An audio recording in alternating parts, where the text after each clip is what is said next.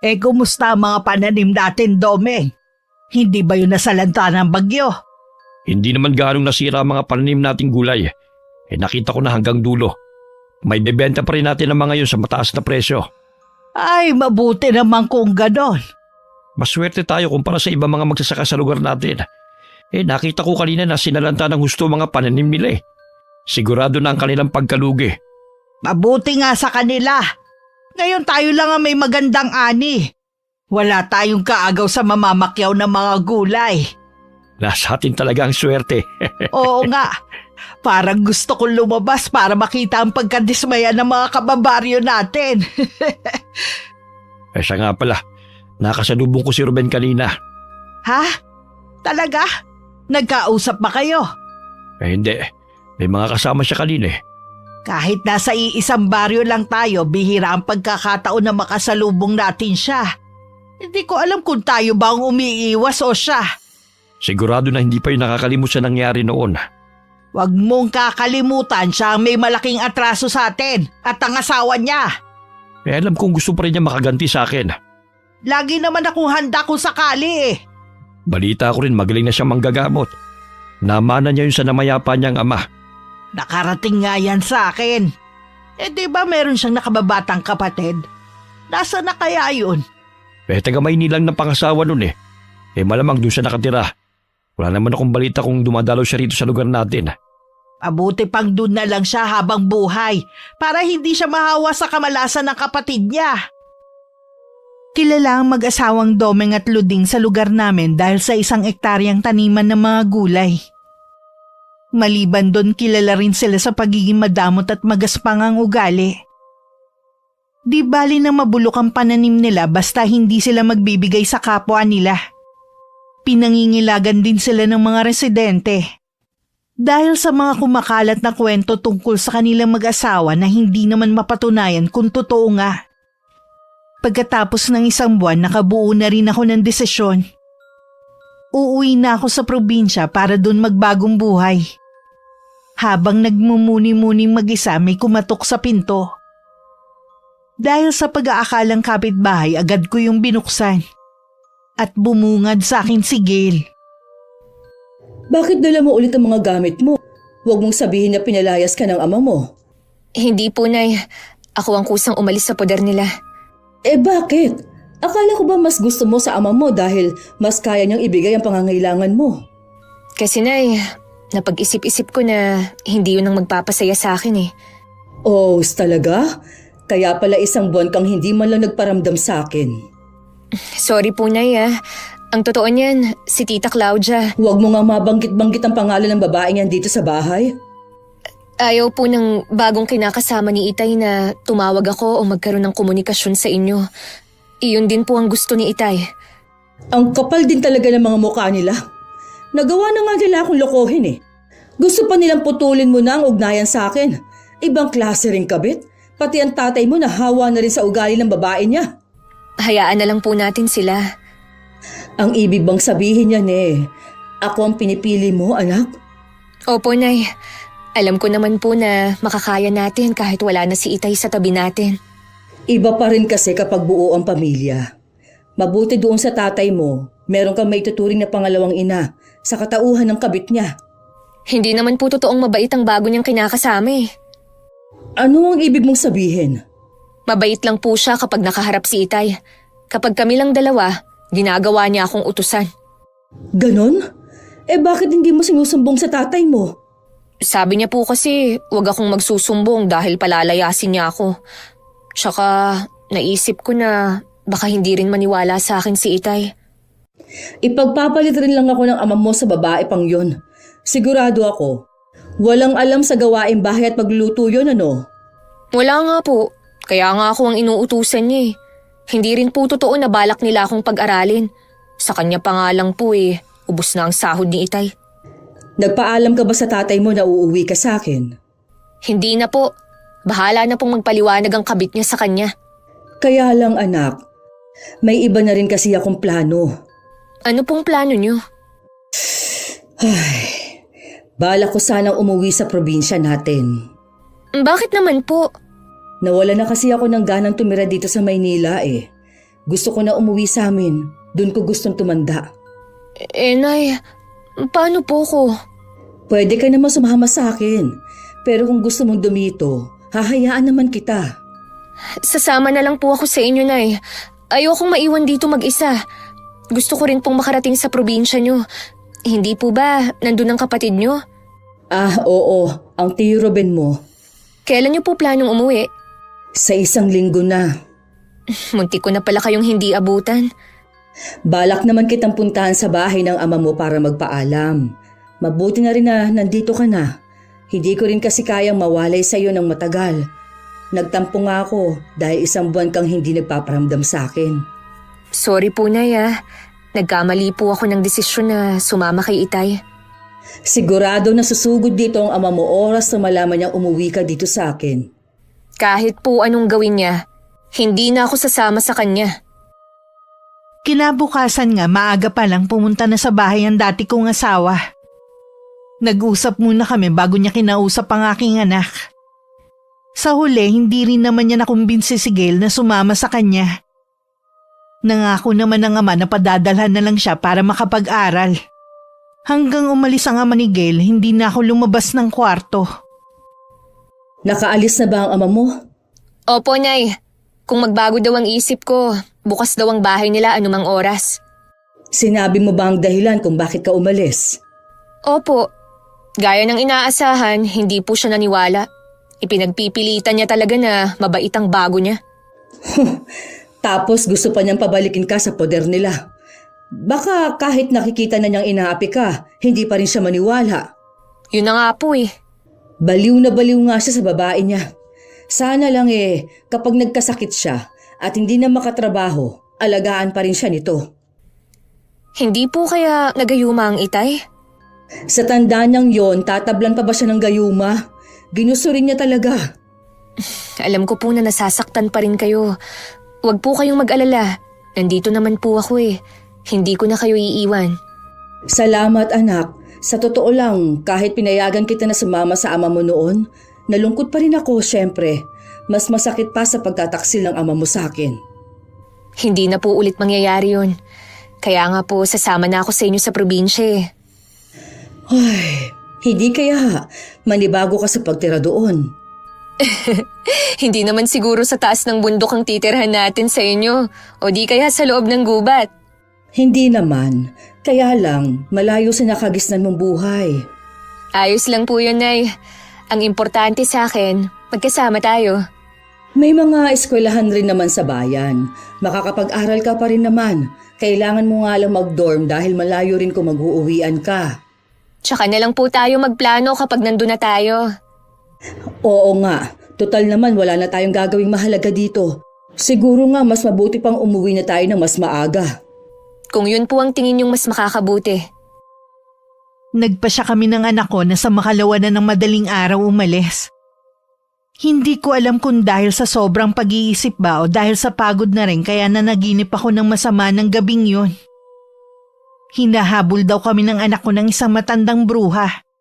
At balak kaming lutuin sa kumukulo nitong kawa. Nagising ako sa malalakas na yugyug sa balikat ko. Bahagya ko pang naitulak si Gail nang magising ako. Ayos lang po ba kayo? Gail, anong ginagawa mo dito? Narinig ko po kayong sumisigaw eh, kaya pumasok ako dito. Ano po bang napanaginipan nyo? Hindi ko na maalala eh. Anong oras na ba? 3:00 na po ng madaling araw. Hindi na siguro ako makakatulog nito. Pupunta na lang ako sa kusina. Matulog ka muna, maaga pa naman. Sasamahan ko na lang po kayo. Hindi na rin po ako makakatulog eh. O sige, maya-maya lang naman ng kaunti dadaan na yung nagpapandesal. Abangan mo at mag-iinit lang ako ng tubig. Nay, alam na po ba ng kapatid nyo na uuwi tayo? Oo anak, pero hindi lang alam ni kuya kung kailan. May pamilya na rin po ba siya? May asawa siya pero namatay sa panganganak kasama ng bagong silang nilang anak. Hindi na po ba siya ulit nag-asawa?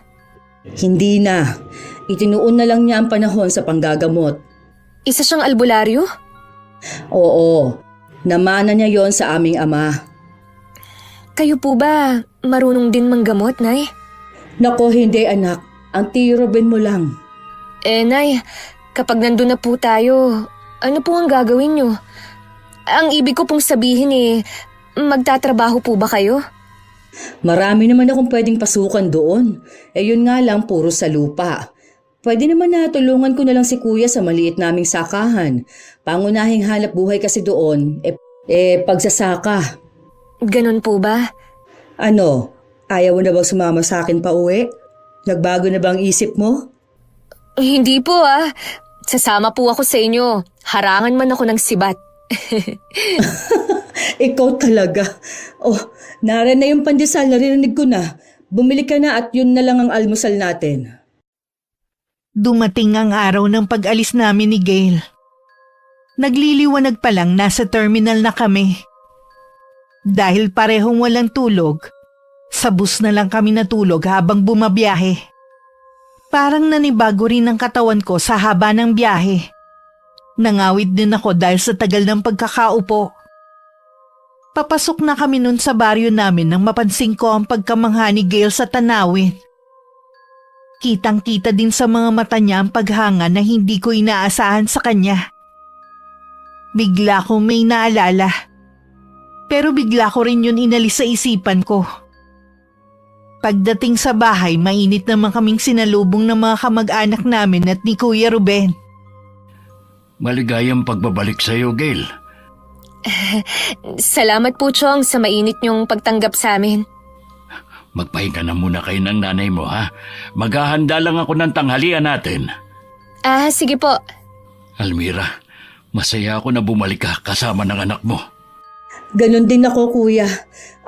Tutulungan na kita sa paghahanda ng tanghalian natin. Huwag na. Alam ko na pagod ka sa biyahe. Siguradong nanibago ka. Oo nga Nangawit ang balakang ko sa tagal ng pagkakaupo. Tsaka may edad na rin ako kaya siguro hindi na makatagal sa pagkakaupo. Hoy, maiwan ko muna kayo. Huhulihin ko lang ang isa sa mga alaga kong manok para pang-ulam.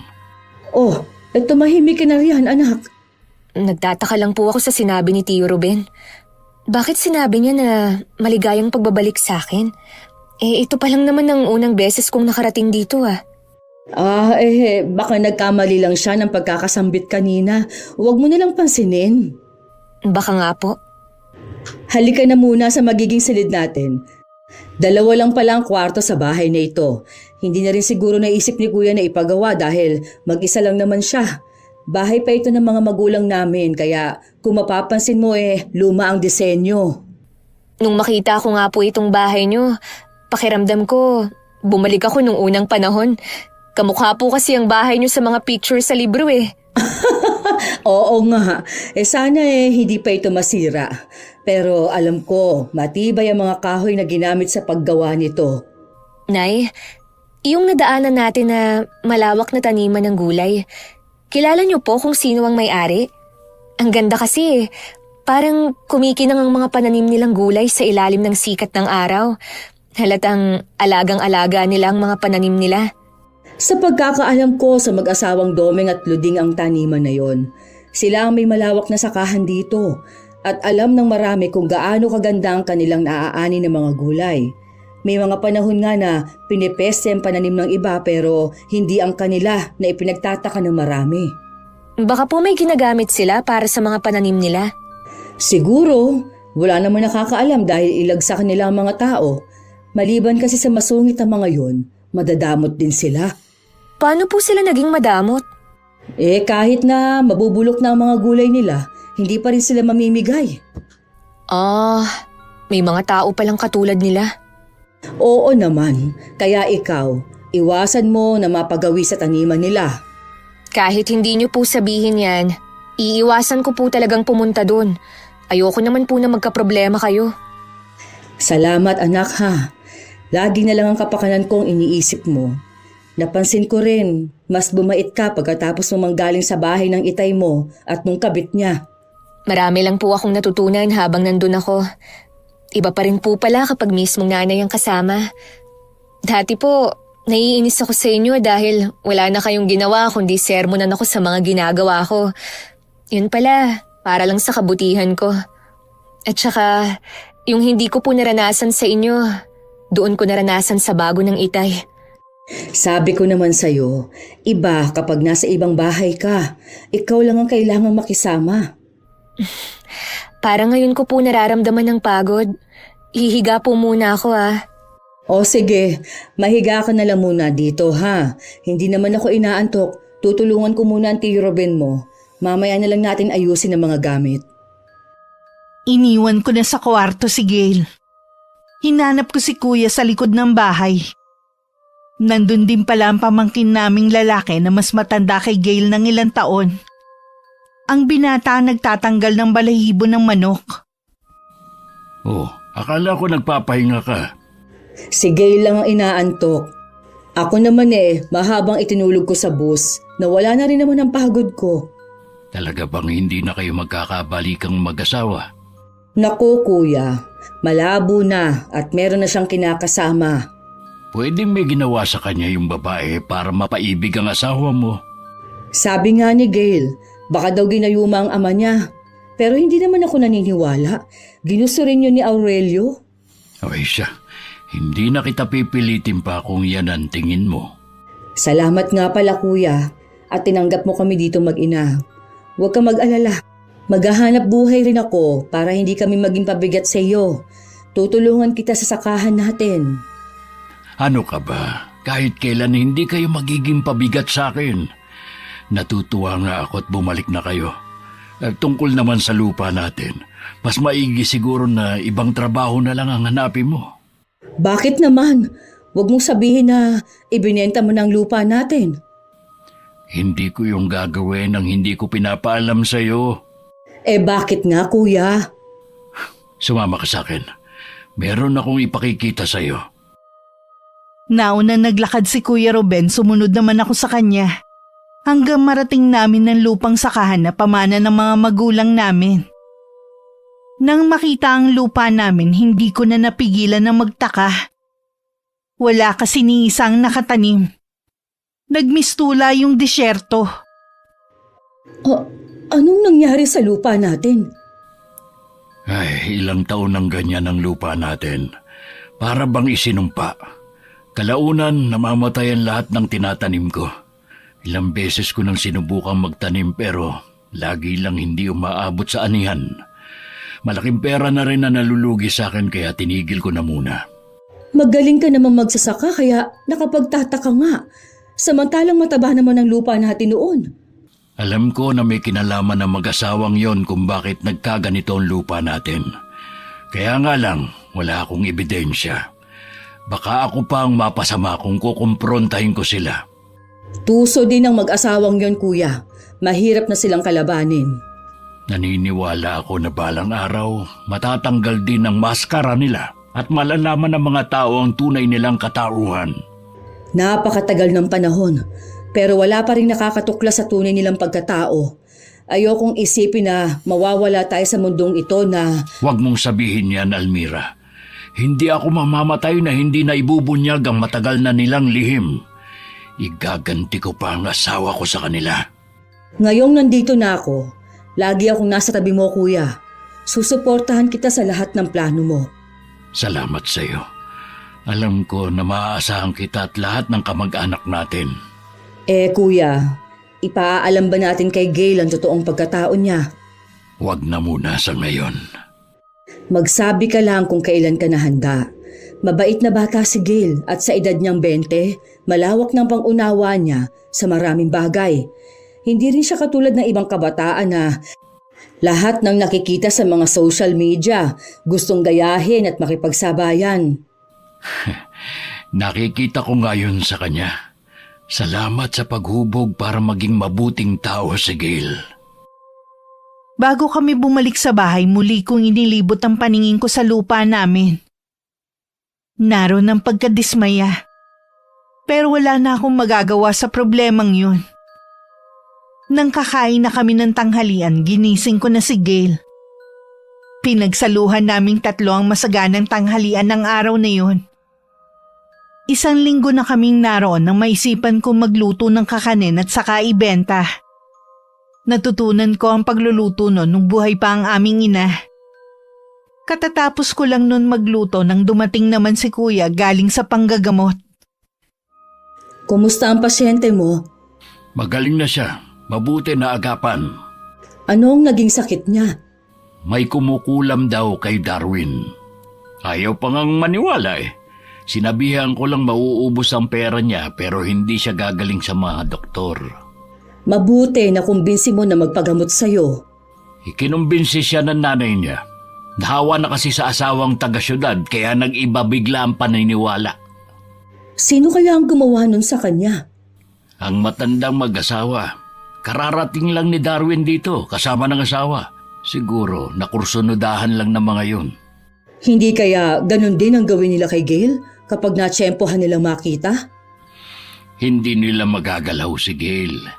Lagi mong bilinan na huwag tatanggalin ng suot na kwintas.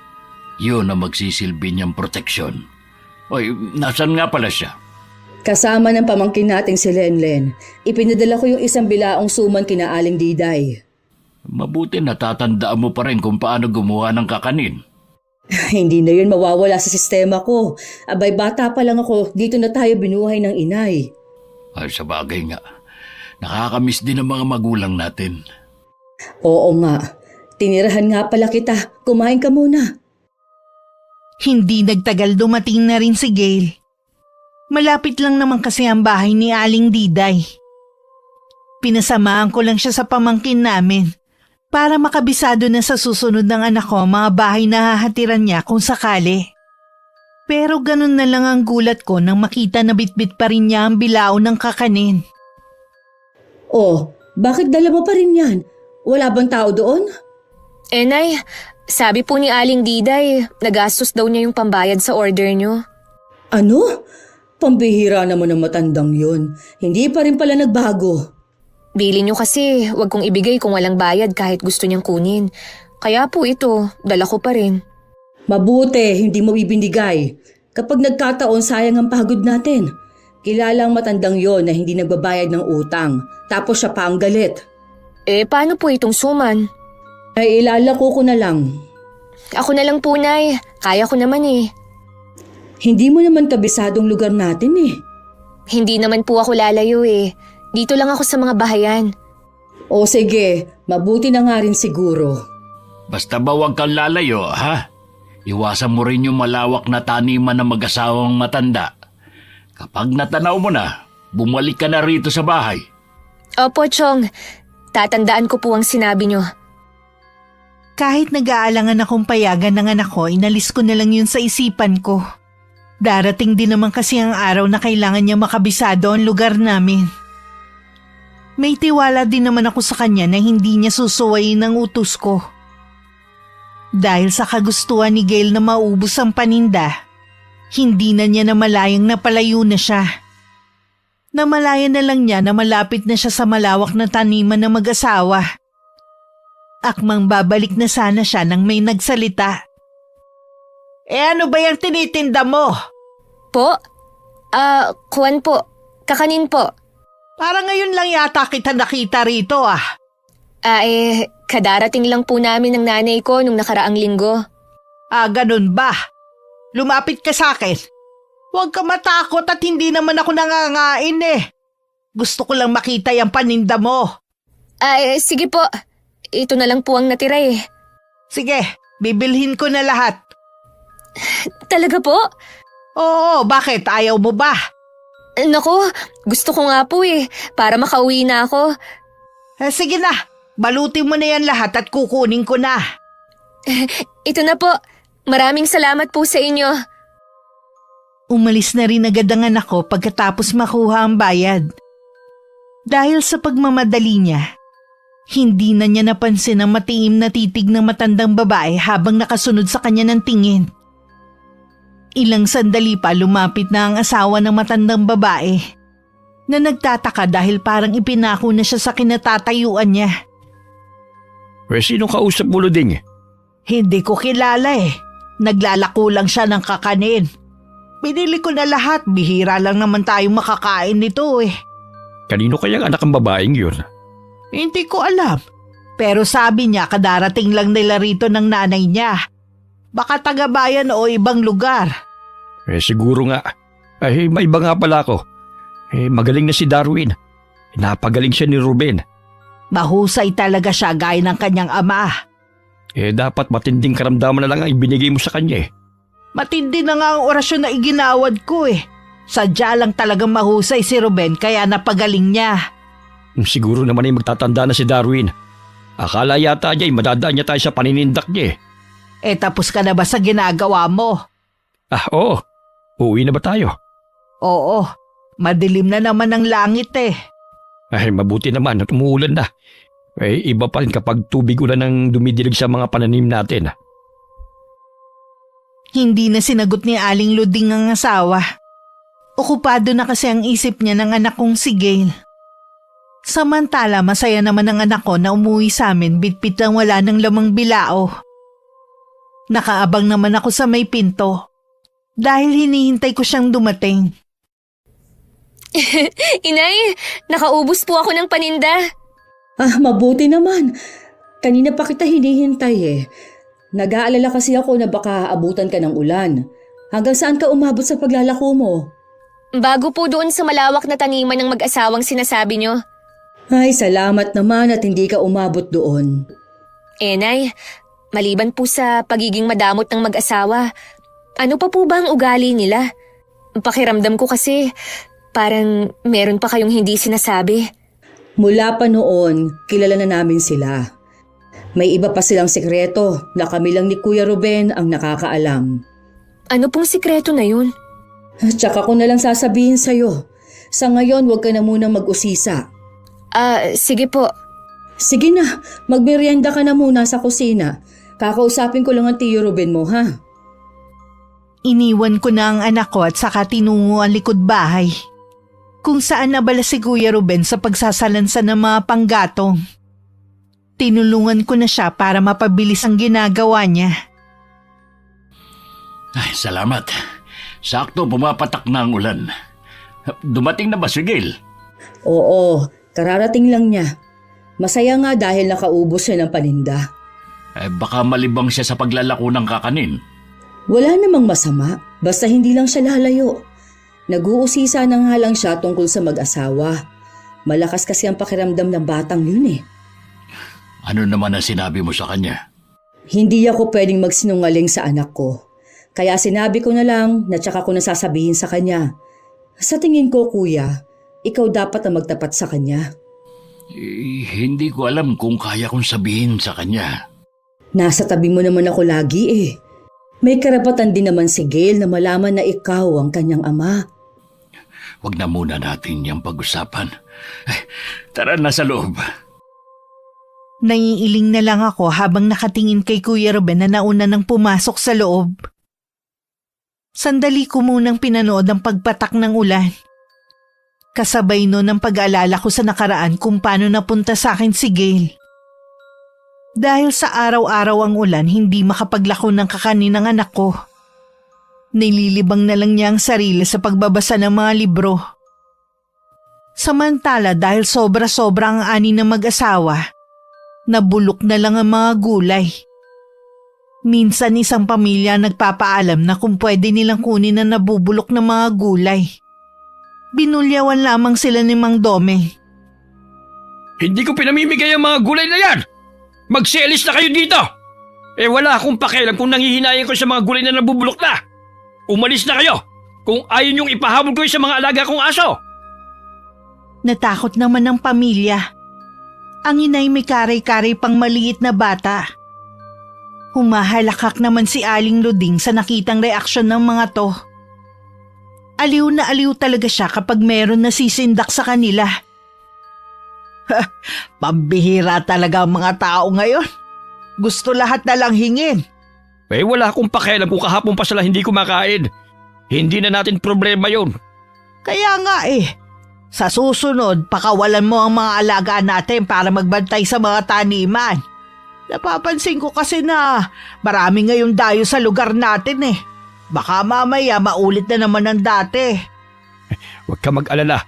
Oras na magkamali sila ng pasok sa lupa natin. Magiging pataba sila. Mukhang masaya kayata ngayon kahit may mga taong pasaway na nagpupunta dito sa atin. Malaki rin kasi ang pinagbentahan natin ng mga gulay eh. Mabuti naman kung ganon. Teka nga lang, meron na namang mga pasaway na papunta rito. Mga bata naman. Napakakulit talaga ng mga ito. Hayaan mo mga alaga natin ang humabol sa kanila nang magtanda sila. Magiging aral na sa kanila ito sa mga magulang nila.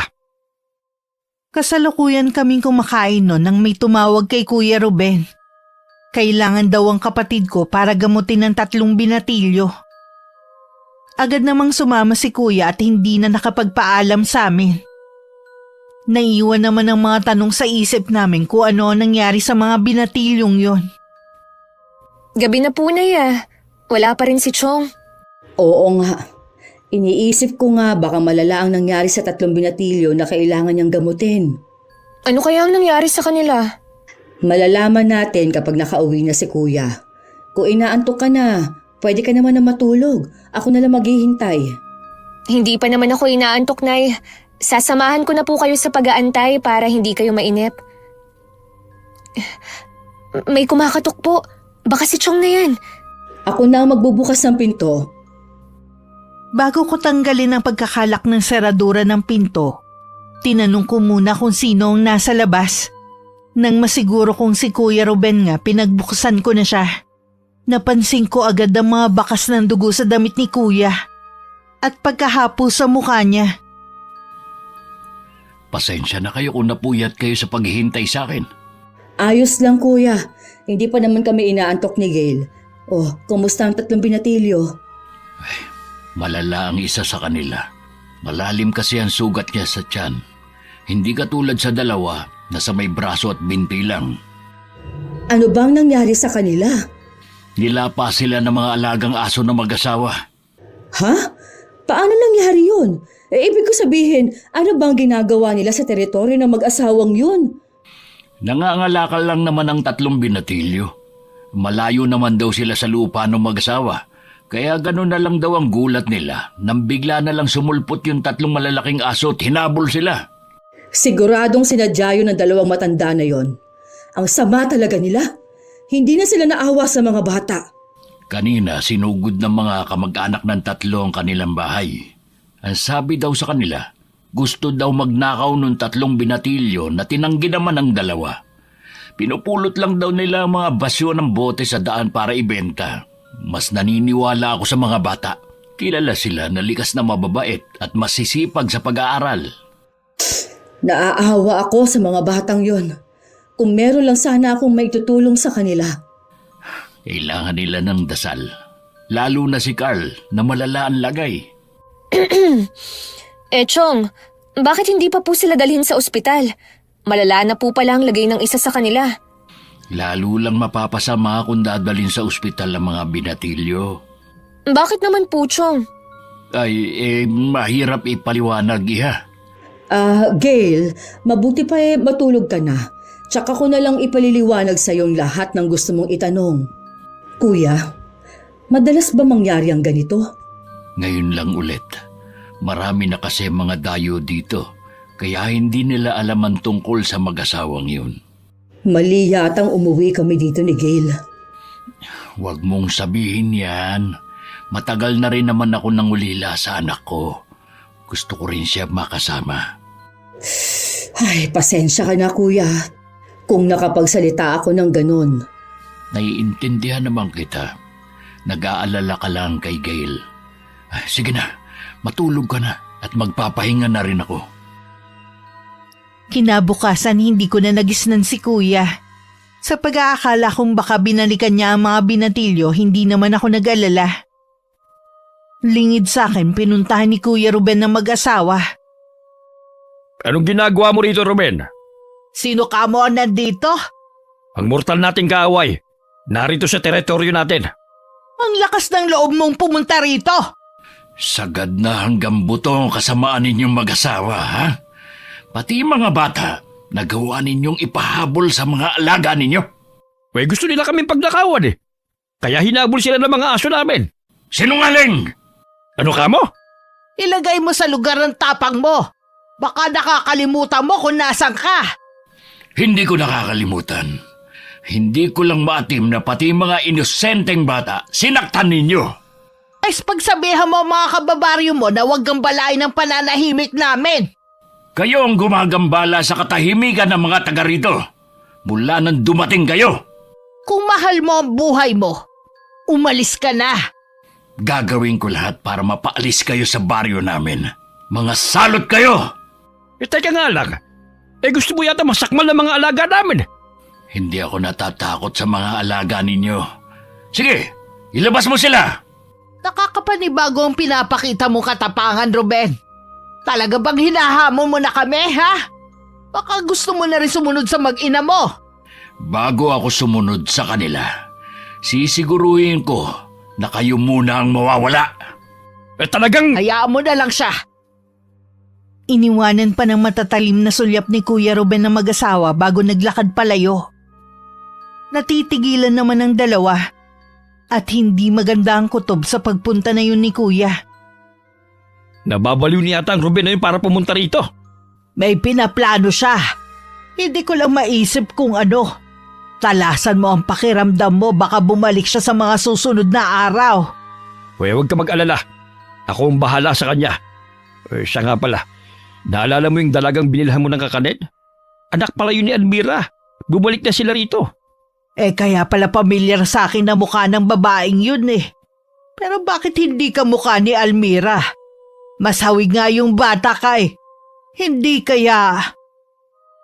Nung gabi lihim na bumalik ulit si Kuya Ruben sa bahay ng mag-asawa. Pakubli-kubli siya sa mga pananim para hindi siya makita. Natanaw naman niya ang mga alaga nilang aso. Nang masigurong tulog na ang mag-asawa, tsaka niya inilabas ang sariwang karne na tumutulo pa ang dugo.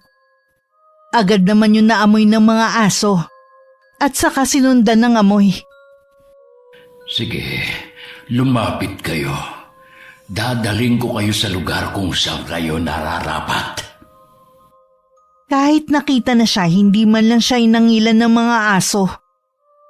Mas interesado sila sa dala niyang karne. Hanggang makalayo sa bahay at marating ang gubat, tsaka na lang ibinigay ni Kuya ang mga malalaking tipak ng karne na may pampatulog. Ilang sandali pa, isa-isa nang tumumba ang 3 aso. Ganyan nga, matulog kayo ng mahimbing. Hindi karapat-dapat mag-alaga ang mag-asawang yun ng mga aso. Ginagamit lang kayo para makapanakit ng tao. Kinabukasan maagang bumangon si Mang Domeng.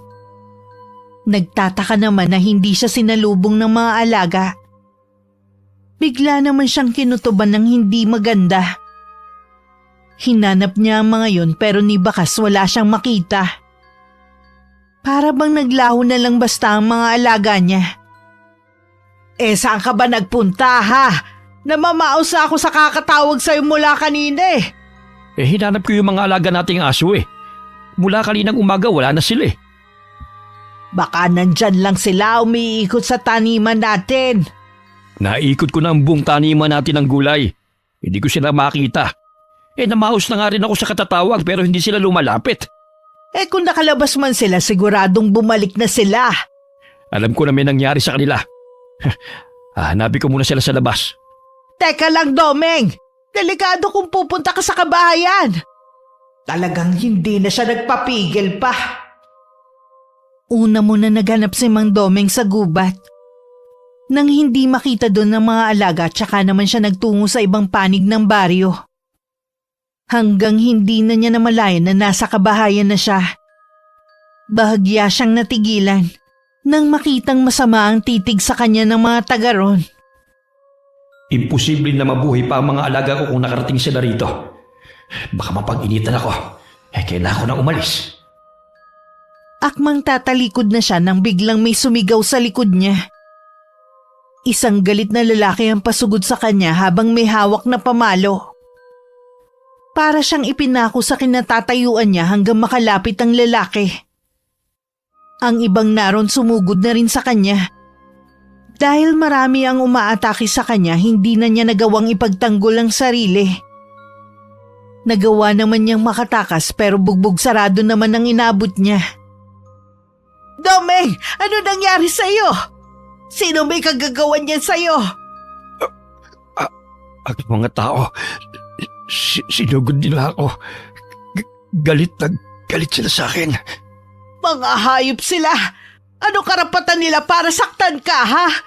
Pagbabayad ng mga taong yun sa ginawa nila sa'yo! Hindi ko kasi namalayan na nakarating na ako sa kabahayan. Huli na para makaiwas ako. Yung isang lalaking sumugod sa akin, ama ng isa sa mga binatilyong sinakmal ng alaga natin. Kasalanan din naman nila kung bakit nangyari yun sa mga anak nila eh. Hindi nila bantayan para hindi nakakarating sa mga lugar na bawal sila. Sa narinig ko kanina, patay na ang isa sa binatilyo. Wala akong pakialam kahit maubos pa sila. Maupo ka na muna dyan at kukunin ko lang ang mga gamot. Nag-aalala ako sa mga alaga natin. Baka may masama nang nangyari sa kanila. Huwag mo na silang intindihin kung patay na sila. Mas mahalaga ang buhay mo kaysa sa mga hayop na yon. Pero Luding, matagal na natin silang alaga. Kahit papano'y kapamilya ng turing ko sa kanila. Itong tandaan mo, Domeng. Tayo lang ang magkapamilya. Parang baliwala lang sa'yo yung ilang taon ng pagsiservisyo ng mga alaga natin sa atin. Pwede naman natin silang palitan kung gusto mo eh. Ayoko ng kapalit. Hahanapin ko pa rin sila kapag kaya ko na. Napahamak ka na nga dahil sa paghahanap sa kanila eh. Itutuloy mo pa rin talaga na hanapin sila. Titigil lamang ako kapag nakita ko mismo ng mga mata ko na wala na sila. Ay, bahala ka na nga. Ang tigas ng ulo mo. Nang sumunod na mga araw, sunod-sunod ang pagkakasakit ng mga tao. Mabuti na lang naroon si Kuya Ruben. Alam niyang kagagawan niyo ni Aling Luding. Dahil gusto nitong ipaghiganti ang asawa na binugbog ng mga tao. Mabuti pa kuya, magpahinga ka naman. Bumabagsak na ang katawan mo sa matinding pagod dahil sa panggagamot mo. Hindi ko pwedeng talikuran ng mga nangangailangan ng tulong ko. Kaya lang kuya, kalusugan mo naman ang nalalagay sa alanganin. Ayos lang, basta makatulong ako. At isa pa, hindi ako basta pababagsakin na matinding pagod lang. Kumain ka na muna kuya para makabawi ka ng lakas mo. Iniwan ko muna si Kuya Ruben at pinuntahan si Gail sa labas ng bahay. Naabutan ko siyang tulala at parang malalim ang iniisip. Kinalabit ko siya at bahagya pa siyang nagulat. Nakakagulat naman kayo, Nay. Natulala ka na kasi dyan. Nandito po kanina si Mang Domeng. Ha? Nasaan na siya? Umalis na po siya. Meron ba siyang sinabi sa'yo? Hinahanap po niya ang mga alaga niya. Bakit naman niya dito hahanapin? Hindi ko rin po alam eh. Pero sabi niya, alam niyang si Chong lang ang pwedeng gumawa nun. Nambintang pa talaga siya. Pasalamat siya at hindi akong nakausap niya, kundi makakarinig siya ng maaanghang na salita sa akin. Nay, meron pa siyang sinabi eh.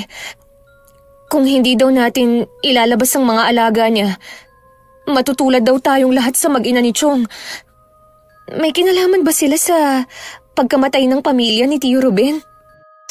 Ay, siguro wala namang masama kung pahapyaw mo nang malalaman ang nangyari noon. Sila nga ang pumatay sa asawa ni Kuya sa pamamagitan ng kulam. Talaga po? Kaya hanggat pwede, iwasan mo sila. Tara na sa loob ng bahay. Pinapasok ko muna si Gail sa kwarto namin. At saka ko binalikan si Kuya na tamilmil na kumakain sa kusina. Sinabi ko rin na nakausap ni Gail si Mang Domeng at hinahanap ang mga alaga niyang aso. Talagang pumunta pa siya rito? Magtapat ka nga, Kuya. May kinalaman ka ba sa pagkawala ng mga alaga niyang aso? Oh, kinuha ko ang mga alaga nila para hindi na maulit ang nangyari sa mga binatilyo. Kaya pala sigurado siyang ikaw ang kumuha sa mga alaga niya. Nasaan ang mga aso? Pasalamat sila hindi ko pinatay ang mga alaga niya. Hindi nila kasalanan na ganoon ang kanilang ugali. Walang dapat sisihin kundi ang mga amo nila. Nasaan na nga ang mga aso kung hindi mo sila pinatay? Itinali ko muna sila pansamantala sa lupang pag-aari natin. Sa oras na malaman nila na ikaw ang nasa likod ng pagkawala ng mga alaga nila, siguradong gaganti ang mga yun. Hindi nila yun malalaman. Sa susunod na bumalik siya, huwag niyo nang haharapin. Ako na ang bahala sa kanya. Alam na pala ni Gail ang tungkol sa pagkatao nila. Sinabi kasi ni Mang Doming na matutulad tayo sa mag-ina mo kung hindi ilalabas ang mga aso niya. Mabuti na rin sigurong malaman niya ang tungkol sa mag-asawang yon para maiwasan niya hanggat maaari. Balak ko na rin ipagtapat sa kanya kung ano ang tunay naming relasyon sa mga susunod na araw. Kahit anong pakiusap ni Aling Luding sa asawa na tigilan na ang paghahanap sa mga alaga nila, hindi niya mapasunod ang lalaki. Patuloy siya sa paghahanap sa mga yun araw-araw. Napabayaan na rin ni Mang Doming ang taniman nila na dahilan ng kanilang pagtatalong mag-asawa. Kailan ka ba titigil sa ginagawa mo, ha? Hanggat hindi ko nakikita ang mga alaga natin. Mga hayop lang ang mga yun pero ang mga pananim natin ang pinagkukunan natin ng kabuhayan. Pinababayaan mo na dahil sa paghahanap mo sa mga yun. Hindi ko rin maaasikaso mga pananim natin kung sobrang pag-aalala ko. Kung hindi ka pa titigil, gagamitan na kita ng orasyon. Sige, gawin mo. Basta ako gagawin ko rin ang gusto ko. Paano kung pinatay na sila ng mga tao para makaganti sa atin? Nararamdaman ko na buhay pa sila. Kaya hahanapin ko sila kahit na anong mangyari. Yan, tigas talaga ng ulo mo, matanda ka. Kaya mo namang alagaan ang taniman natin. Kaya ikaw na muna ang bahala. Sige, gawin mo na ang gusto mo basta bumalik ka lang dito ng ligtas. Ilang araw na rin sinusundan ni Mang Doming ang kapatid ko. Malakas kasi ang kutob niya na may kinalaman si Kuya Ruben sa pagkawala ng mga alaga niya. Isang araw nagtaka matandang lalaki kung bakit imbis na tumuloy sa bahay si Kuya, sa lupa namin siya pumunta. Sa pagkakaalam kasi niya matagal nang hindi napapakinabangan ng lupang yun dahil inurasyon na ng asawa niya. Ganun na lang ang gulat ni Mang Doming na makita ang mga alaga na naroon at nakatali. Lingid sa kanya alam ng kapatid ko ang ginagawa niyang pagsunod. Sabi na nga ba ikaw ang kumuha sa mga alaga ko. Paano mo sila nadala rito? Pasalamat ka at dinala ko lang sila rito. Hindi kaya ng konsensya ko na patayin sila kahit malaki ang kasalanan nila. Ibalik mo sila sa akin kung ayaw mong dumanak muli ang dugo sa lupa mo. Hayop ka talaga. Pinaalala mo pa nangyari dito noon. Hanggang ngayon ba masakit pa rin ang pagkamatay ng mag-ina mo? Nangungulila ka pa rin sa kanila? Kung ayaw mong sapitin din ng kapatid mo at ng pamangkin mo ang nangyari sa mag-ina mo, ibalik mo sa akin ang mga alaga ko. Hindi mo na sila makukuha pa sa akin. Talagang hinahamon mo ako, ha? Dahil sa galit sinugod ni Mang Doming ang kapatid ko. Nagulat naman si Kuya Ruben sa lakas na ipinamalas ng matandang lalaki. Nabuwal sila at nagpambuno. Dahil masigit na malakas si Kuya kaysa sa kalaban, nagawa niyang isalya ang matanda. Hindi inaasahan ni Kuya na may patalim ito. At muli silang nagpambunong dalawa. Naagaw naman niya ang patalim at aksidente niya na itarak dito. Ganong eksena ang naabutan ko. Kuya! Almira, tulungan mo ko. Kailangan natin siya magamot. Huwag kayong lalapit. Gagamutin lang kita. Wala akong masamang gagawin sa'yo. Hindi ko kailangan ng tulong mo. Huwag sanang matigas ang ulo mo, Mang Doming. Gusto ka lang naming tulungan. Hindi nasabi. Ruben, alagaan mo mga aso ko. Nakikiusap ako sa'yo. Pumayag ka ng gamutin kita. Mang Doming! Bumalik po kayo! Saan siya nagpunta? Ang bilis niya nawala. Yung dugo sa lupa, Kuya. Sundan natin bago pa may makakita sa kanyang ibang tao. Sinundan namin ang mga patak ng dugo pero nawala na rin yun. Hinanap pa namin siya sa paligid pero hindi na namin siya nakita. Lulugo-lugo kaming umuwi sa bahay. Sa tingin ko naman hindi ganun kalalim ang sugat niya. Kaya lang, baka maubusan siya ng dugo. Puntahan kaya natin siya sa bahay nila. Baka nakauwi na siya. Hindi pwede, kuya. Baka lalo ka lang mapahamak. Hindi ko naman sinadya yung nangyari. Alam ko naman yun Sinubukan naman natin na tulungan siya pero ayaw naman niya. Sana naman ayos lang siya. Gusto kong gumanti, pero hindi sa paraan na mamamatay siya. Huwag na muna natin itong pag-usapan para hindi makahalata si Gail. Nang mga oras na yun, nag-aalala naman si Aling Luding sa asawa. Dahil madilim na, wala pa rin ito. Paro at parito na siya habang iniisip kung saan napadpad si Mang Domeng. Wala naman siyang matanungan ng mga tao dahil iniiwasan nga silang mag-asawa. Hanggang inabot na ng kinabukasan. Ang aga mo namang umalis ng bahay kanina. May balita ka ba? Wala eh. Nakita ko rin si Aling Luding. Mukhang hinahanap din niya ang asawa. Nakapagtataka namang bigla na lang siyang nawala. Naisip ko yung sinabi mo na hindi naman malala ang sugat niya. Hindi kaya nasa isang lugar lang siya at nagpapagaling? Ilag sa kanyang mga taga rito. Sino naman ang tutulong sa kanya? Tama ka dyan. Sumasakit tuloy ang ulo ko sa kakaisip. Hayaan na lang natin ang pangyayari. Hintayin na lang natin kung kailan siya lilitaw. Oo nga. Baka maganda rin itong senyales na mapaalis natin si Aling Luding sa baryo natin. Baka maisip niyang lumayo na lang ngayong wala na ang asawa niya. Naging matulin ng mga araw. Pinilit namin maging normal ang mga kilos namin. Para walang makahalata na meron kaming tinatago ni Kuya Ruben. Isang araw na galing ako sa paglalako ng kakanin, hindi ko inaasahang makakasalubong ko si Aling Luding. Matiim ang titig niya sa akin. May kailangan po ba kayo? Matagal ka ring nawala Kumusta ka, Almira? Ayos lang naman po. Alam mo bang 1 linggo nang nawawala ang asawa kong si Domeng? Ganun po ba? Wala akong nababalitaan. Alam ko na may masamang nangyari sa kanya. Oras na malaman ko kung sino ang responsable sa pagkawala niya. Matindi ang magiging kabayaran. Bakit niyo po sa akin sinasabi yan? Walang may ibang motibo kundi kayong magkapatid lang. Una na wala ang mga alaga naming aso. Ngayon naman mismong si Domeng.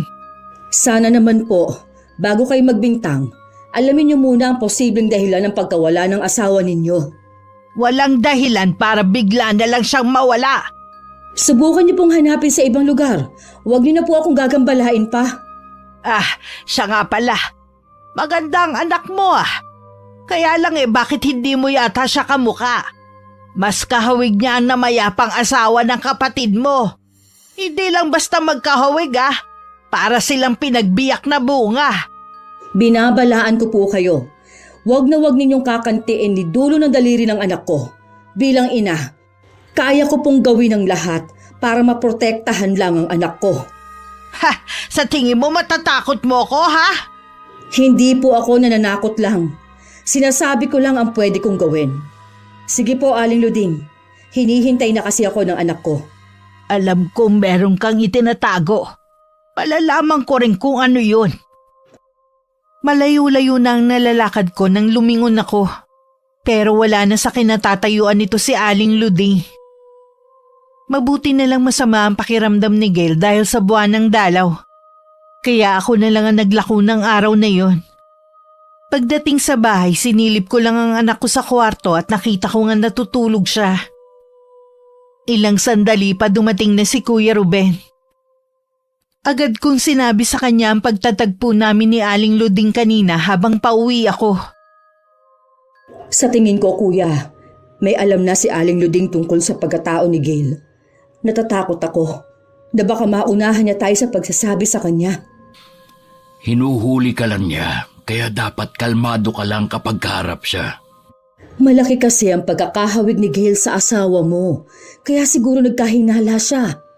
Kukuha lang ako ng tiyempo at ipagtatapat ko na rin kay Gail ang lahat. Gawin na natin sa lalong madaling panahon. Nasaan ba si Gail? Masama ang pakiramdam niya. Nasa kwarto lang siya maghapon. Sabihan mo ko kapag nagising na siya. Dahil masama pa rin ang pakiramdam ni Gail, ipinagpaliban muna namin ng pakikipag-usap sa kanya. Kinabukasan naman maagang umalis si Kuya Ruben.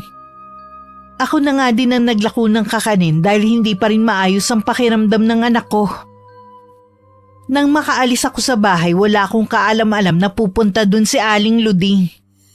Kasalukuyang nasa balkonahin nun si Gail at nagpapahangin. Ano pong kailangan nyo?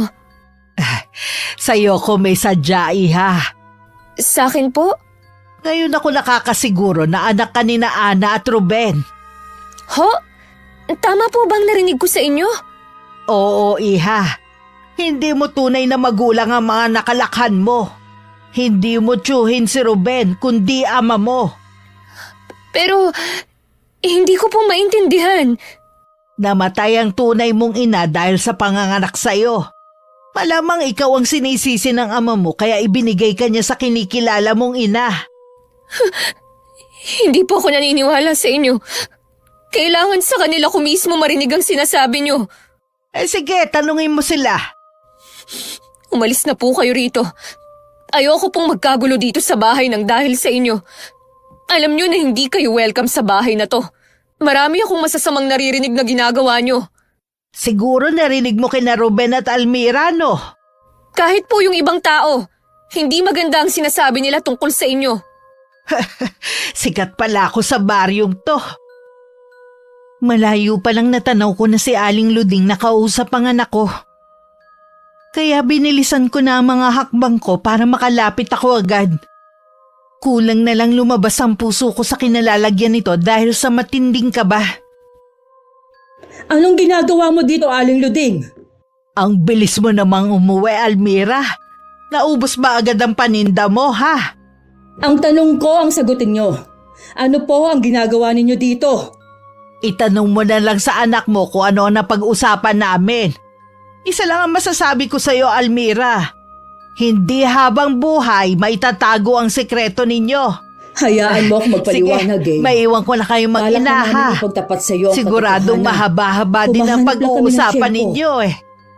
Gail, anak. Ano ang sinabi ng matandang yun sa'yo? Nay, totoo po bang hindi kayo ang Kapakanan tunay mo kong lang ina? ang iniisip niya. Si Chong at ang namatay niyang asawang Inaalala tunay niya. kong mga Di ba magulang? hindi kanya mapalaki na maayos Diyos yun ko. dahil sa pagkawala ng tunay mong ina ng matandang yun. Natatakot din siya na baka balikan ka Kung ng ganun. mag-asawa. Kaya kahit Totoo nga. masakit, ibinigay ka niya sa akin. Hindi ko maintindihan kung bakit kailangan gawin yun ni Chong.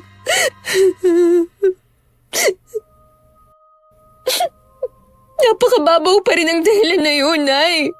Siguro para sa ay mababaw na dahilan yun. Gail! Pero para sa isang Sandali lang, ama, anak. Mag-usap muna nakaligtasan tayo. mo lang ang iniisip. Hindi yun mababaw lang.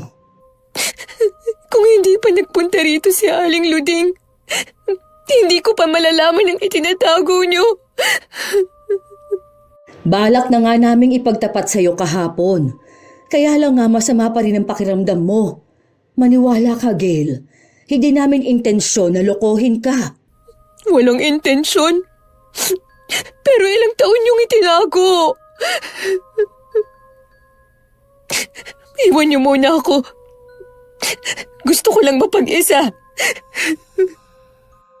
Wala akong nagawa kundi pabayaan na muna si Gail. Buong maghapon lang siya nagkulong sa kwarto namin. Hanggang dumating si Kuya Ruben, hindi pa rin siya lumalabas. Ipinagtapat ko na rin na naunahan na kami ni Aling Luding sa pagsasabi ng katotohanan sa dalaga. Sa palagay ko, ginawa yun ni Aling Luding para gumante. Dahil may hinala siya na tayo ang nasa likod ng pagkawala ng asawa niya. Kakausapin ko si Gail. Gusto raw muna niya mapag-isa. Hayaan na lang muna natin siya. Mas naging komplikado pa tuloy. Wala naman akong ginusto kundi ang kaligtasan ng anak ko. Binigo ko si Ana na pangalagaan ng anak namin. Hindi yan totoo. Kung nasan man ngayon si Ate Ana, alam ko na masaya siya. Kapag natapos ang problema natin, babawi ako kay Gail. Pupunuan ko mga taon na hindi kami magkasama. Mabait ang anak mo, kuya. Naguguluhan lang siya ngayon, pero maiintindihan niya rin ang ginawa natin balang araw. Oh, alam ko naman yun. Maiba ko. May balita na ba kay Mang Doming? May sinabi ang pinsan ni Itay kanina na si Cholauro. Hindi ko alam kung maniniwala ba ako. Alam mo naman na hindi normal ang pag-iisip niya. Ano bang sinabi niya? May kamag-anak daw si Mang Doming sa kabilang baryo. Hindi kaya nandun siya. Anong ginagawa niya dun? Bakit hindi siya umuwi sa asawa niya? Hindi pa naman tayo sigurado sa bagay na yan. Pupunta ako doon para alamin. Hindi ba pwedeng ipagpabukas mo na lang? Baka abutin ka kasi ng gabi eh. Oh, sige. Pupuntahan ko na muna si Aling Luding para balaan. Alam ko na may iba siyang pinaplano. Nakatayo ako sa may bintana habang tinatanaw ang paglayo ni Kuya Ruben. Naramdaman ko ang pagtabi sa akin ni Gail. Saan po pupunta si Chong? Pupuntahan niya si Aling Luding. Ayos na ba ang pakiramdam mo? Opo. Nay, marami sana akong gustong itanong sa inyo. Sana po masagot niyo lahat. Sige, Iha. Sasagutin ko lahat. Bakit kinulam ni Aling Luding ang tunay kong ina? Nabanggit ko na sa'yo dati pa. May kadamutan ng mag-asawang yon. Noong mga panahong ipinagbubuntis ka ng nanay mo, gusto niya laging tinatanaw ang malawak na taniman ng mag-asawang yon. Tinangkarin niyang humingi ng gulay noon pero hindi siya binigyan. Doon nag-umpisa ang lahat. Minsan, may nawalang mga gulay daw sa taniman ng mag-asawa. Ang nanay mong pinagbintangan nila. Nag-umpisa noon, nagkasakit si Ate Ana hanggang sa kabuwanan niya na sa'yo. Dahil lang dun, kinulam nila ang tunay kong ina?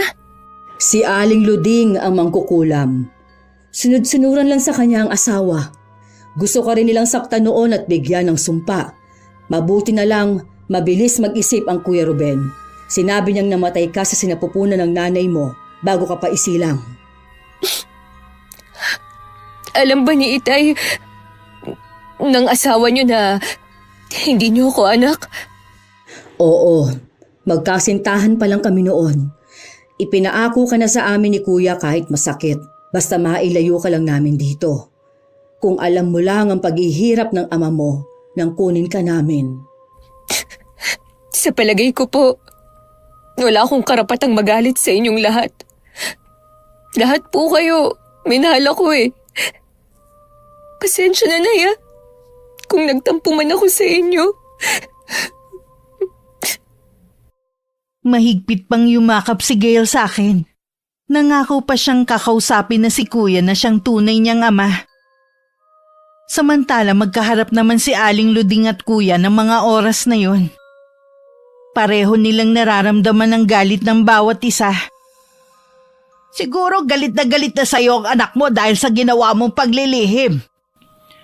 Hindi mo ba talaga titigilan ng pamilya ko, ha? Sabihin mo muna kung nasaan ang asawa ko para tigilan ko na kayo. Bakit hindi mo hanapin sa kamag-anak niya? Walang ibang kamag-anak si Domeng maliban sa akin. Kaya wag mo akong nililinlang. Alam ko na may kinalaman ka sa pagkawala niya. Kung ako sa'yo, sabihin mo na kung ayaw mo mapahamak ang anak mo. Subukan mong saktan ng anak ko, magsisisi ka. Baka gusto mong sumunod na sa asawa mo. Sinasabi ko na nga ba may kinalaman ka sa pagkawala ni Domeng? Nasaan ang katawan ng asawa ko? Sabihin mo na sa akin kung nasan siya. Wala kang malalaman sa akin. Kahit hindi ka umamin, alam ko may ginawa kang masama kay Domeng gaya sa mga alaga namin. Huling babala ko na ito sa'yo. Tigilan mo na ang pamilya ko. Wala ka ng kakampi ngayon, mag-isa ka na lang. Kung ayaw mong sugurin ka ng taong bayan dito, piliin mo na dapat ang maging mabuti. Walang sino man ang pwedeng mag-utos sa akin kung anong dapat kong gawin. Lalo ka na! Nasa iyo na kung makikinig ka. Yun lang naman ang sinadya ko. Nagngingit-ngit naman ang kalooban ni Aling Luding habang nakasunod ng tingin sa kapatid ko. Dahil sa pagkawala ng asawa, tuluyan na nitong napabayaan ang taniman nila. Kung dati luntian ang kapaligiran nila, Ngayon wala nang kasigla-sigla ang buong taniman. Namatay na ang lahat ng mga pananim. Dasan ka na, Dome? Ano ba talaga ang totoong nangyari sa'yo? Sino ang tinutukoy ni Ruben na kamag-anak mo?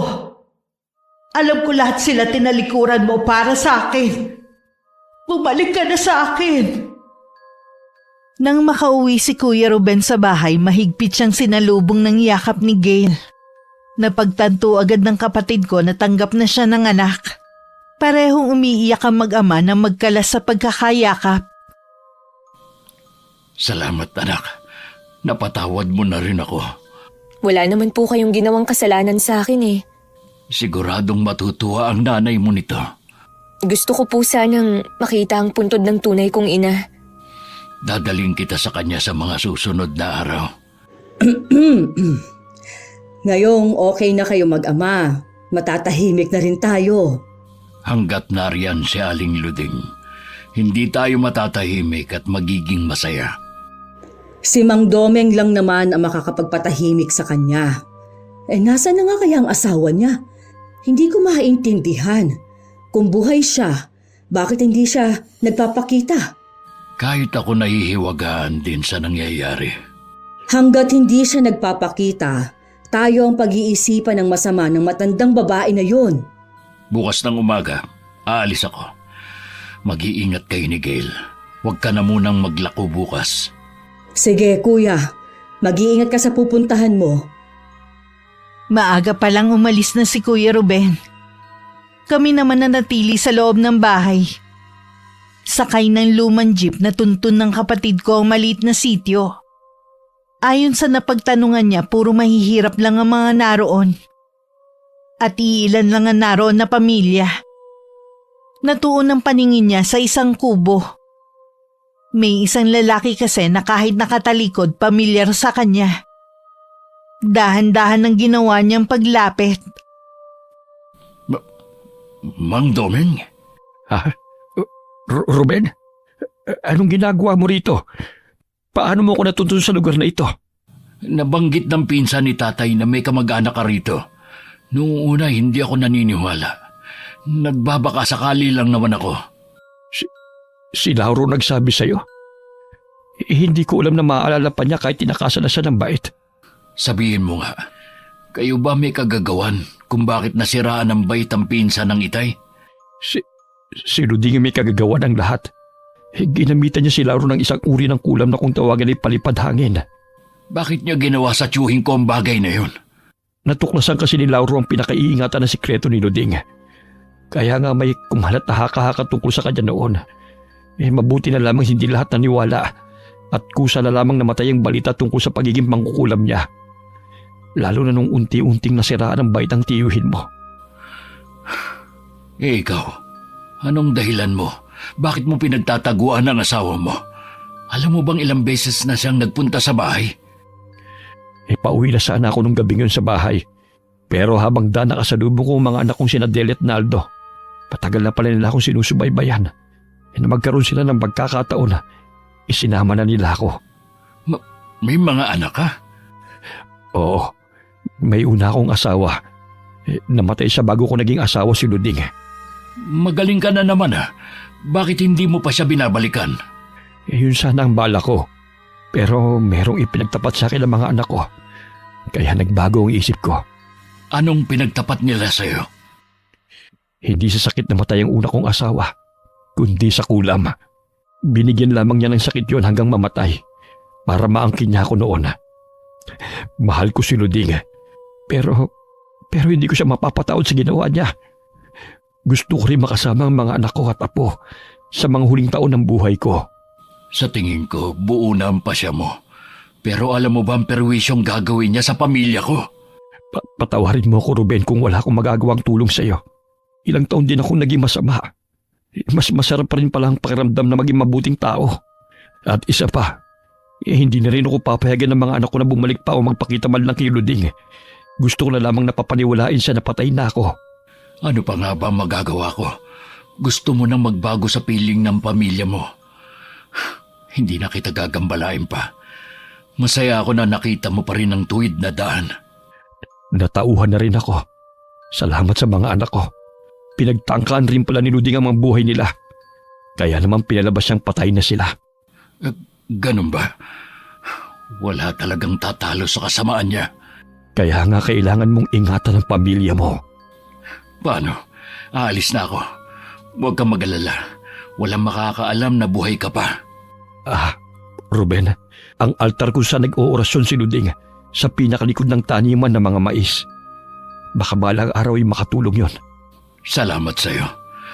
Tutuloy na ako. Parang nabunutan ng tinik si Kuya Ruben sa nalaman. Sa wakas wala ng mga katanungan na naiwan sa kanyang isipan. Masaya rin siya dahil ang inaakala niyang masamang tao mas pinili pa rin magbago. Pagdating sa amin, naabutan niya si Aling Luding habang nakikipagtalo sa akin. Agad niyang iniharang ang sarili para matigil na ang matandang babae. Di ba't binalaan ko na kayo na huwag na manggugulo ulit sa pamilya ko? Sa tingin mo basta-basta mo ako mapapasunod, ha? Parang baliw na ang matandang yan, kuya. Ikaw ang mababaliw oras na hindi niyo ilabas si Domeng ko. Tanggapin nyo na lang na wala na siya at hindi na babalik. Hindi! Ayoko! Pwes, huwag nyo siyang hanapin dito. Kahit bali-balik na rin nyo pa ang bahay namin, hindi nyo siya makikita dito. May sinabi ka na kamag-anak ni Domeng. May alam ka ba na natitira niyang kapamilya? Sinabi ko lang yon dahil ayaw nyong tumigil. Pero wala akong alam sa bagay na yon. Dapat, kayo ang nakakaalam kung may pamilya pa ba ang asawa nyo. Sinasabi ko na sa'yo wala na siyang pamilya. Kaya imposible na may kumukup-kup sa kanya.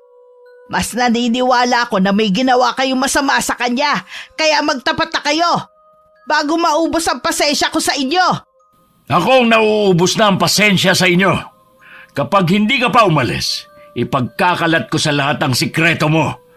Hindi lang yun ang gagawin ko. Hihikayatin ko rin sila na sugurin ang bahay mo hanggang mapalis ka namin sa baryong ito. Gawin mo! Nang malaman natin kung sino sa atin ang mas magaling.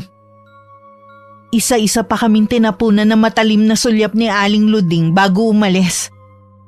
Nakahinga naman ako ng maluwag nung umalis na siya at saka na kami pumasok sa loob ng bahay. Hindi naman makapagsalita si Gail dahil sa matinding kaba. Huwag na kayong matakot. May palagay ako na hindi na siya babalik. Tay, Nay, bakit hindi na lang tayo umalis sa lugar na to?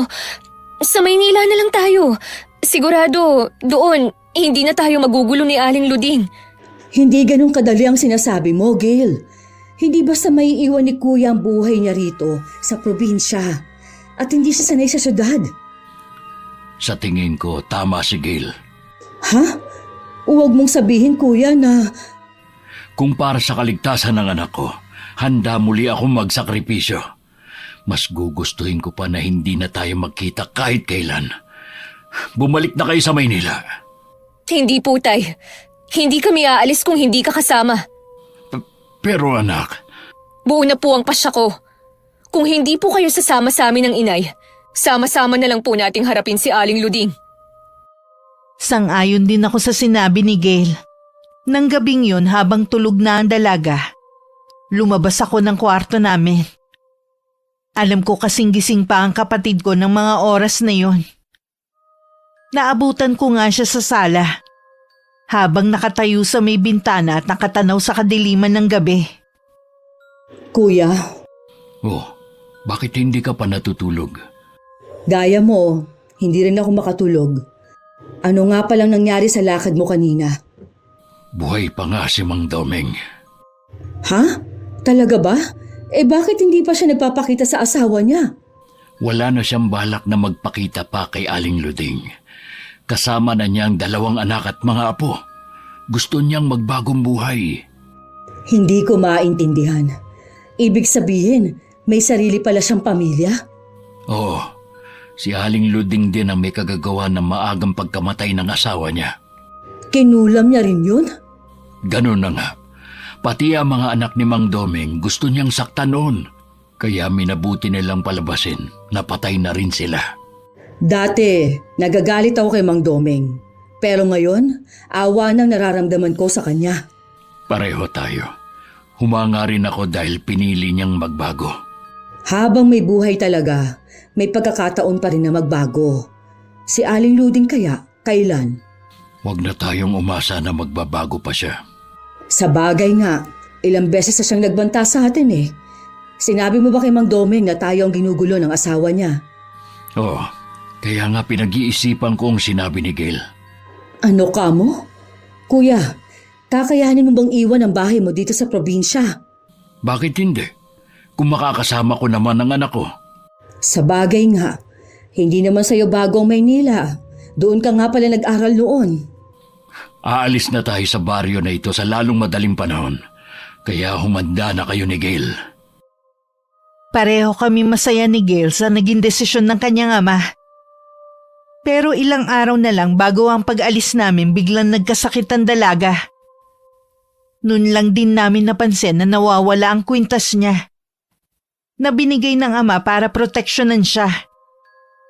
Lingid sa amin, hawak na yun ni Aling Luding. Tingnan ko lang, Ruben, kung magagawa mo pang magmalaki sa akin pagkatapos ng gagawin ko sa anak mo. Sa kanya ko ay gaganti ang mga ginawa mo. Kinuha na ni Aling Luding ang aklat ng karunungang itim na pag-aari ng kanyang pamilya. Ilang henerasyon na rin nagpasalin-salin ng aklat na yon. Dahil walang anak, parang sa kanya na matatapos ang pagsasalin ng kapangyarihang itim ng kanyang mga ninuno. Tikman niyo ang bagsik ng aking paghihigante. Lahat kayo pahihirapan ko. Kahit yun na lang ang huli kong gagawin dito sa lupa. Kahit hindi sabihin ni Kuya Ruben, alam kong may kumukulam kay Gail. Namanas na kasi ang kanyang buong katawan. Naglalagas din ang kanyang buhok at matindi ang pananakit ng ulo. May mga butlig na rin na tumubo sa balat niya. At katagalan naging sugat na yon na may malansang amoy. Kahit hindi mo sabihin, alam kong may kumukulam kay Gail at walang ibang gagawa nun kundi si Aling Luding. Hindi ako papayag na mawala din sa akin ang anak ko gaya ng inay niya. Anong gagawin natin? Huwag mo siyang iiwan. May kailangan lang akong puntahan. Pupuntahan mo ba si Aling Luding? Oo, kailangan matapos na ang ginagawa niya. Mag-iingat ka. Anak, gagaling ka. Pangako. Aalis muna ako ngayon, ha?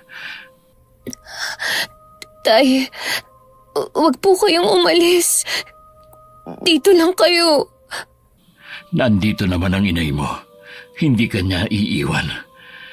Kailangan ko lang umalis para gumaling ka na agad. Pangako, babalik agad ako. Mag-iingat po kayo. Oo, anak. Huwag kang susuko. Gagaling ka rin at pupunta na tayo ng Maynila para doon magbagong buhay. Opo, tay. Nang umalis si Kuya Ruben, nasa tabi lang ako ni Gail habang hawak ang kamay niya. Panay din ang dasal ko sa isip na kayanin niya ang nangyayari. Mabilis naman nakarating si Kuya sa bahay ni Aling Luding. Agad niyang hinanap ang altar na binanggit ni Mang Domeng. Naroon ang matandang babae at nag-oorasyon sa salitang Latin.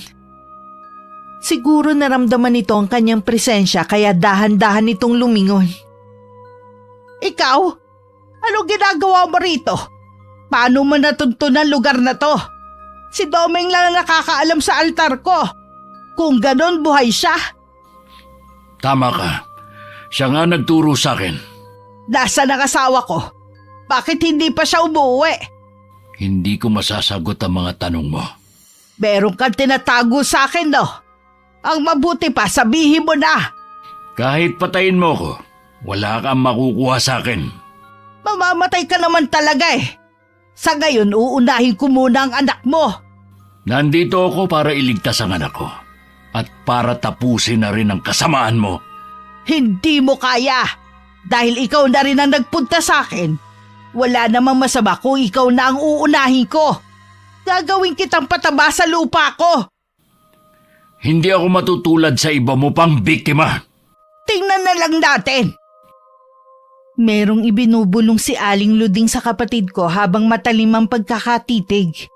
Pero makalipas ang ilang sandali, walang epekto kay kuya ang ginagawa niya. Kaya tumigil siya sandali. Hindi ako tinatablan ng orasyon mo. Ano ka mo? Ito ang pakinggan mo. Natutunan ko to sa ama ko at ilang taong ko na ring inaral. Inumpisahan na ni kuya na bigkasin ng orasyon na galing sa aming ama. Nakakabingi naman ang epekto nun sa matandang babae. Hanggang hindi na niya napigilang mapatakip sa tenga. Tama na! Ihinto mo yan! Maawa ka! Bibigyan kita ng pagkakataon para magbago. Mas gusto ko pa rin na maging mabuti sa'yo. Huwag mo akong diktahan! Hindi ko kailangan ng kabutihan mo! Lalo na ng awa mo! Ikaw na rin ang pumili sa kapalaran mo. Sa ka pupunta? Huwag kang lumapit sa altar ko! Bitiwan mo ang aklat na yan! Magbabayad ka sa akin ng mahal! Ikaw ang magbabayad ng mahal. Susunugin ko ang aklat na ito para wala ka nang mapagkunan ng mga sumpa mo. Wag! Yan na lang ang natitirang alaala ng aking ina! Ibalik mo sa akin yan! Wag! Wag mo sunugin! Tapos na ang kasamaan mo. Wala ka ng aklat at altar. Anong ginawa mo? Hayop ka! Sumpain ka at ang pamilya mo! Wala ka ng kapangyarihan para manumpa ngayon. Ano nangyayari sa akin? Bakit biglang nangungulubot ang balat ko? Ganyan ka siguro katanda na. Dahil sa kaalaman mo sa itim na karunungan, nagagawa mong pigilin ang pagtanda mo. Ruben, tulungan mo akong makatayo. Hindi ko makaya ang sarili ko. Ito ang patpat. Gamitin mo kung paano makatayo muli. Ruben, huwag mo ko iwan dito. Tulungan mo kung makaalis dito. Ruben, maawa ka sa akin. Nagmistulang bingi si Kuya Ruben sa pagmamakaawa ni Aling Luding. Magaan na ang pakiramdam ng kapatid ko. Batid niya kasi na nabigyan na niya ng katarungan ng pagkamatay ng asawa niya. Pagdating sa bahay, naghihintay na kami sa kanya. Magaling na rin si Gail. Salamat sa Diyos at magaling ka na. Si Aling Luding, ano ang ginawa mo sa kanya? Wala akong ginawa sa kanya. Sinira ko lang ang kanyang aklat at altar. Ay, salamat naman kung ganon. Kahit malaki ang kasalanan niya sa atin, ayoko pa rin na dumisan mo ang kamay mo ng dugo niya. Mabuti ang pagpapalaki sa atin ng mga magulang natin. Kaya hindi ko magagawa ang iniisip mo kahit gaano pa kalaki ang galit ko sa isang tao. Tay, ngayong wala na tayong problema kay Aling Luding, aalis pa rin ba tayo? Oo, anak. Mas gusto kong magbago sa ibang lugar. Kung ganun po itutuloy ko na ang ginagawa kong pagliligpit ng mga gamit. Sa wakas, matatahimik na rin tayo. Nabigyan mo na rin ng hustisya si Ate Ana. Muling nakipagkita ang kapatid ko kay Mang Dome.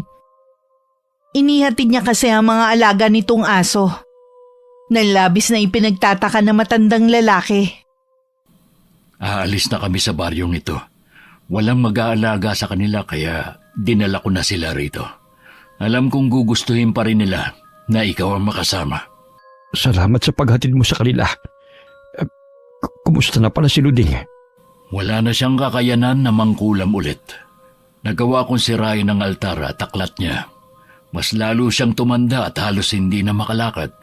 Nasa iyo kung babalikan mo pa siya. Hindi na. Masaya na ako kung nasan ako. Hangad ko ang tagumpay at kaligayahan niyo sa lugar na pupuntahan ninyo.